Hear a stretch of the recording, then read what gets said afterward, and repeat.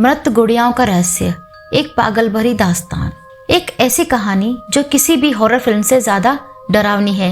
ये एक सच्ची घटना है जिसने पूरे रूस को हिलाकर रख दिया था। कल्पना कीजिए, एक अपार्टमेंट के अंदर 26 गुड़ियाएं रखी हैं, लेकिन ये साधारण गुड़ियाएं नहीं हैं। ये इंसानी शवों से बनी थी। क्या था ये रहस्य? कौन था वो आदमी जो मौत को मात देना चाहता था? आइए जानते हैं इस खौफनाक दास्तान को। तो हेलो दोस्तों, आज फिर हम आ चुके हैं एक और नई दिलचस्प और डरावनी कहानी के साथ। तो चलिए बढ़ते हैं अपनी कहानी की ओर। उससे पहले आपसे एक रिक्वेस्ट है, अगर आप इस चैनल पर नए हैं तो प्लीज चैनल को सब्सक्राइब करें। तो बिना कोई देर किए शुरू करते हैं।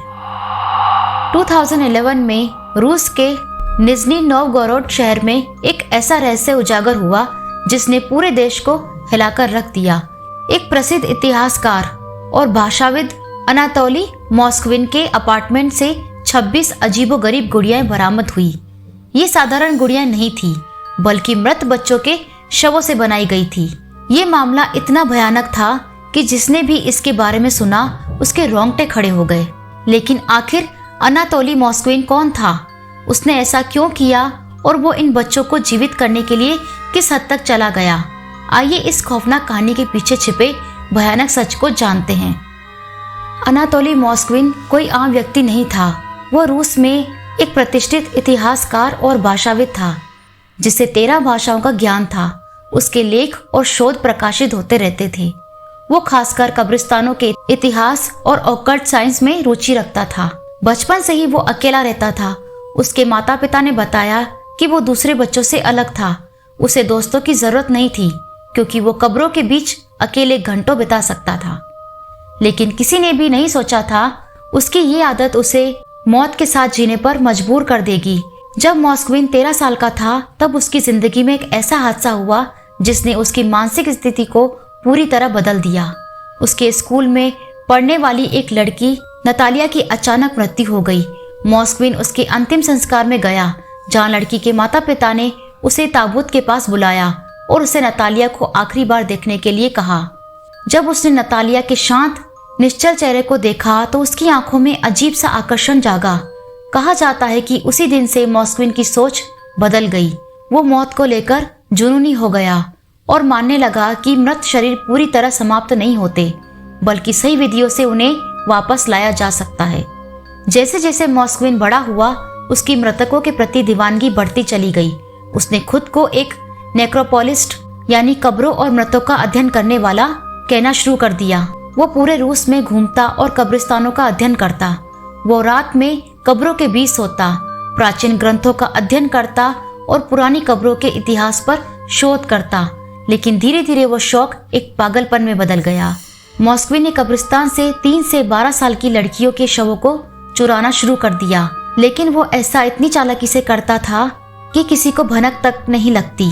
वो रात में कब्रिस्तान जाता, उन कब्रों को चुनता जिन पर बहुत पुराने फूल या टूटी फूटी पट्टियां लगी होती, यानी ऐसी कब्रें जिनकी देखभाल कोई नहीं कर रहा था। वो पहले शव को बाहर निकालता, फिर उसे एक विशेष विधि से सुखाता। उसके लिए वो सोडा, नमक और अन्य रसायनों का प्रयोग करता ताकि शरीर सड़ने से बचा रहे। फिर वो शव को अपने घर ले जाता और उसे एक गुड़िया में बदलने की प्रक्रिया शुरू करता। मृत बच्चों को नई जिंदगी देना। मोस्कविन को विश्वास था कि वो शवों को अच्छी हालत में रखेगा तो एक दिन वे फिर से जीवित हो सकते हैं। उसने शवों को गुड़िया का रूप देना शुरू किया। वो उनके शरीर पर कपड़े चढ़ा देता, चेहरे पर मोम और प्लास्टिक की परत लगा ताकि वो इंसानों की तरह दिखे। आंखों की जगह बटन या प्लास्टिक की गुड़ियों की आंखें लगाता। उन्हें रंग बिरंगे कपड़े पहनाकर, बालों में रिबन और ताज पहनाकर सजाता। उसका विश्वास था कि जब सही समय आएगा तो ये सभी गुड़ियाएं आत्मा से भर जाएंगी और फिर से जाग उठेंगी। वो इन गुड़ियाओं के साथ बातें करता, उनके साथ खाता पीता और उनके जन्मदिन तक मनाता। 2011 में जब रूस में अचानक कब्रों के टूटने और शवों के गायब होने की घटनाएं बढ़ने लगी तो पुलिस ने गहन जांच शुरू की। जब पुलिस मोस्कविन के अपार्टमेंट में दाखिल हुई तो वहां का नजारा दहलाने वाला था। हर कमरे में गुड़ियां सजी थी, कुछ सोफे पर बैठी थी, कुछ बिस्तर पर लेटी थी। अलमारियों और फर्श पर छोटी छोटी डायरियां रखी थी जिनमें उनके नाम, उनके जन्मदिन और उनके फिर से जीवित होने की तारीखें लिखी थी। जब एक पुलिस अफसर ने संदेह के कारण एक गुड़िया को छुआ तो उसे पता चला कि वो असली शव था। वो खुलासा पूरे देश के लिए एक भयानक झटका था। मॉस्क्विन को तुरंत गिरफ्तार कर लिया गया, लेकिन कोर्ट ने उसे मानसिक रूप से अस्थिर घोषित कर दिया।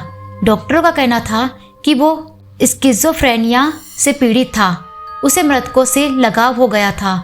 वो अपनी ही दुनिया में जी रहा था। उसे जेल नहीं भेजा गया, बल्कि मानसिक अस्पताल में बंद कर दिया गया, जहां वे आज भी हैं। जब मॉस्क्विन से पूछा गया कि उसने ये सब क्यों किया, तो उसने बस इतना कहा, मैंने उन्हें चुराया, मैंने उन्हें अपनाया, मैंने उन्हें वो प्यार दिया जो उनके माता पिता नहीं दे पाए।